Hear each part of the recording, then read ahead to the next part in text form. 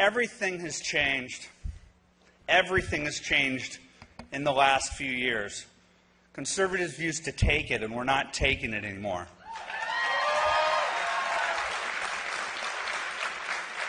Because this is my war cry for 2012. You need to join me in this war against the institutional left. This is not your mother's Democratic Party. Duh. Duh. John Podesta, George Soros. This is not your mother's Democratic Party either. You know whose party it is? Well, just this Sunday, thanks to Tucker Carlson, thank you, Tucker, I had the chance of a lifetime to spend an enchanting evening with Bill Ayers and Bernadine Dorn. A Super Bowl party from hell. People said on Twitter, conservatives, you're palling around with terrorists. I'm like, well, if I'm palling around with terrorists, I'm not the best house guest because I'm still going to destroy everything that they stand for, even though Bill Ayers is the best damned cook I've ever experienced in my entire life. You have no idea how good his succulent ribs were. The butternut squash, the carrot with a hint of ginger soup was extraordinary. The whitefish, the selections of wine at this dinner. I had dinner with the 1%, my friends. Bill and Bernadine Dorn.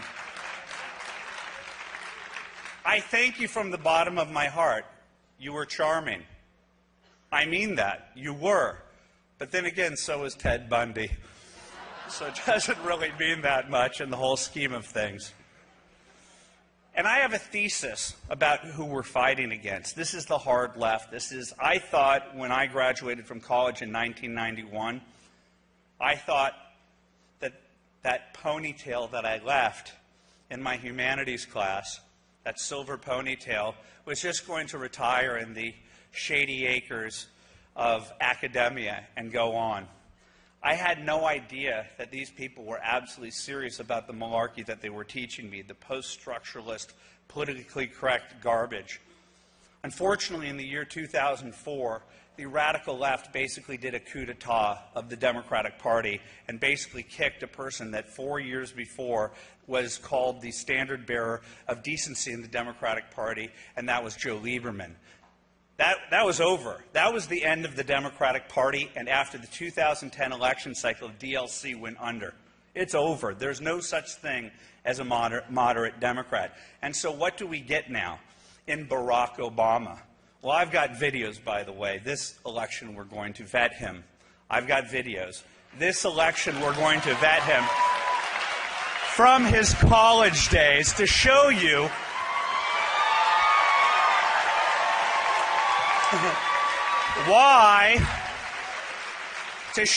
why racial division and class warfare are central to what Hope and Change was sold in 2008. The videos are going to come out.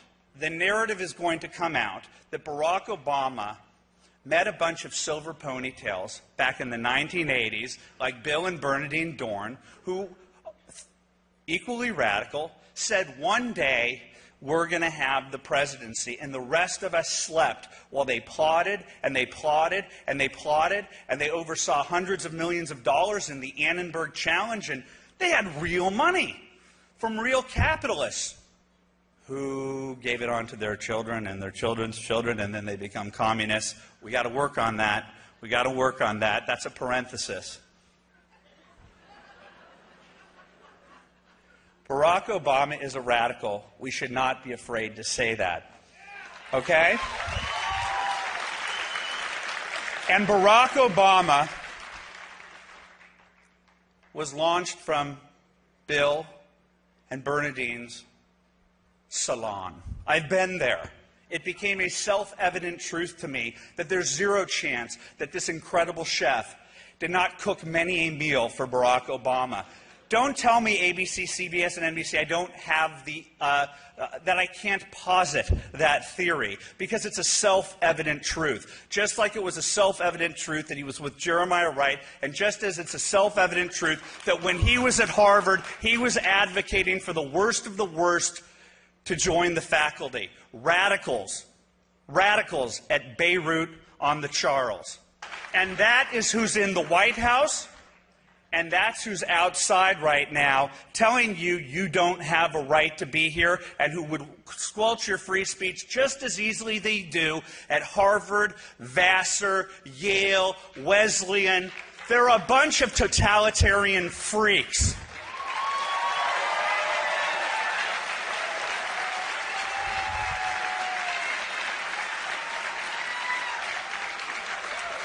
And they pal around with our friends in the mainstream media.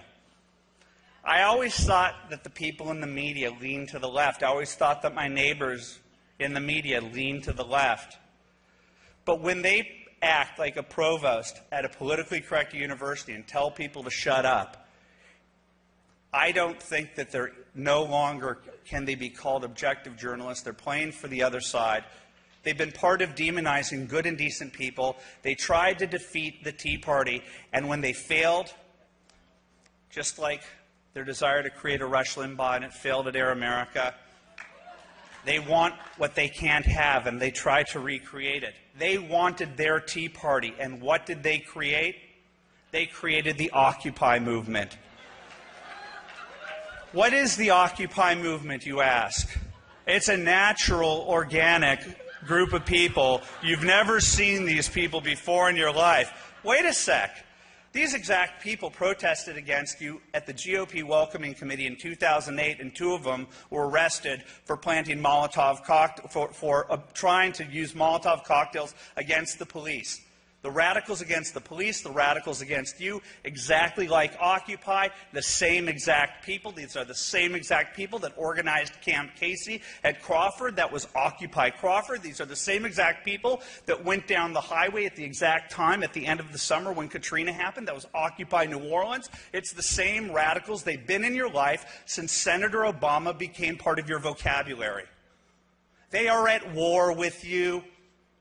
And they attack you, and they throw eggs at you. And guess what? The media looks the other way. You're domestic terrorists, you know. Janet Napolitano warned me about that. Yet when this group emerged, what happened? Bernardine Dorn, as we ended our dinner, said something very important, because she kept talking about the anti-war movement. And this is my thesis, that the anti-war movement was never about anti-war. It was a Saul Alinsky community organizing tool to get Barack Obama and the left elected. It went away immediately. And the mainstream media created a narrative called The Story of the Year, Time magazine. But they will not tell you the true story of what happened. This is exactly the anti-war movement. How do I know this? If I tell that to ABC, CBS, and NBC, they say, that's a conspiracy theory. This is just a bunch of organic people. There's no organization going on, even though we have the emails to prove it, or the undercover videos of Natasha Leonard from the New York Times orchestrating with the radicals. Oh, that didn't mean anything. It did mean a lot, actually. Bernardine Dorn told me while at our lovely dinner, when I was snarkily pointing out to her, whatever happened to the anti-war movement? And she let loose an affirmation of everything I know to be true. She says, well, that's not true. It's more or less that's what Occupy is. That's exactly what it is. The mainstream media refuses to tell you that these are the same shock troops that have been shocking us, pointing their fingers at us, trying to instigate riots with the police. These people are the definition of un-American. So you want a unity speech? You want a unity speech? I'll give you a unity speech. I don't care who our candidate is, and I haven't since the beginning of this. I haven't. Ask not what the candidate can do for you. Ask what you can do for the candidate. And that's what the Tea Party is. We are there to confront them on behalf of our candidate. I will march behind whoever our candidate is, because if we don't, we lose. There are two paths. There are two paths. One is America, and the other one is Occupy. One is America, the other one is Occupy. And I don't care. Along the way, and I'm not a candidate, I'm never going to be a candidate, I'm just a goofball from Los Angeles who wears goofy shoes, promised people I would shave, didn't, promised people I'd take a shower, I got too caught up talking to everybody, and here I am, kind of a mess, but kind of excited to be here, because over the last 3 years I've realized that the Republican Party and the conservative movement is not what ABC and CBS puts on the screen. They try to portray you in the worst possible light. And when I walk through CPAC, or I travel the United States to meet people in the Tea Party who care, black, white, gay, and straight, anyone that's willing to stand next to me to fight the progressive left, I will be in that bunker. And if you're not in that bunker because you're not satisfied with this candidate, more than shame on you, you're on the other side.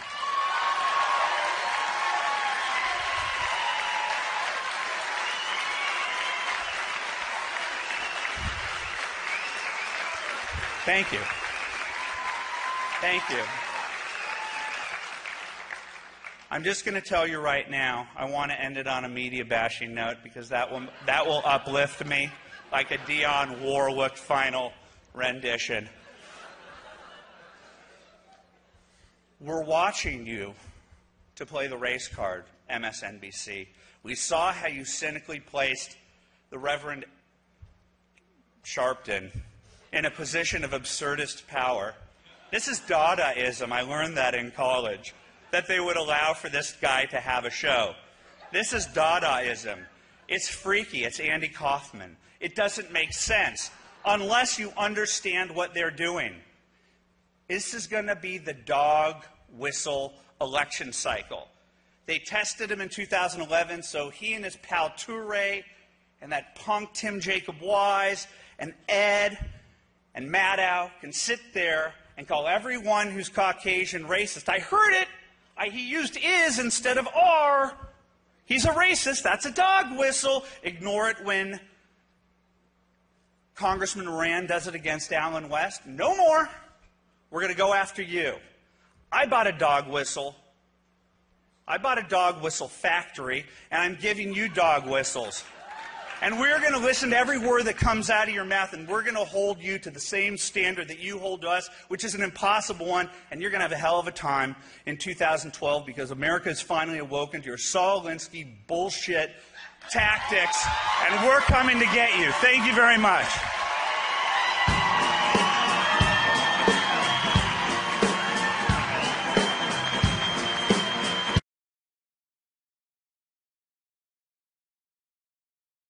Said on Twitter, conservatives, you're palling around with terrorists. I'm like, well, if I'm palling around with terrorists, I'm not the best house guest, because I'm still going to destroy everything that they stand for, even though Bill Ayers is the best damned. Because this is my war cry for 2012. You need to join me in this war against the institutional left. This is not your mother's Democratic Party.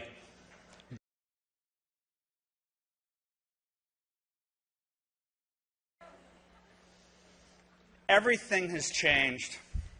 Everything has changed in the last few years. Conservatives used to take it, and we're not taking it anymore. Duh. Duh. John Podesta, George Soros.